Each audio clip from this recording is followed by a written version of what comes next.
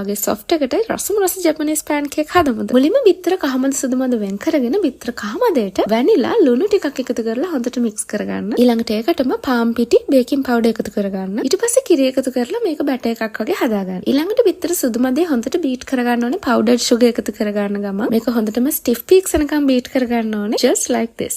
අන්තිමට මම අනිත් බැටර් එකත් beat කරගන්නවා කැටගතිය නැති වෙන්න. ඊළඟට egg whites වලින් ටිකක් එකතු කරලා මේක මේ විදිහට හොඳට fold කරගන්න. ඊළඟට අපේ බැටර් එක egg whites වලට දාලා මේක හොඳට mix කරගෙන piping bag එකකට දාගන්න. ඊළඟට pan එකට තෙල් ටිකක් දාගෙන මේක මේ විදිහට pipe කරගන්න. මේක ගොඩක් අඩු ගින්දරේ තමයි හදාගන්න ඕනේ. ඊළඟට මේ වගේ පියනකින් හරි භාජනයකින් හරි වහලා මේක cook වුණාට පස්සේ ආයමත් උඩින් බැටර් එක දාලා ඒක හොඳට cook වෙගෙන යනකොටම අනිත් පැත්ත හරවගන්න. ඊළඟට මේක ආයමත් වහලා දෙපැත්තම golden brown වෙනකන් cook කරගන්න ඕනේ. මේ pancake උණුවෙන්ම serve කරද්දී තමයි හොඳට fluffy එකට තියෙන්නේ. ඔයාලට මේක maple syrup, butter, powdered sugar ඕන එකක් එක serve කරන්න පුළුවන්. Look how gorgeous. Enjoy.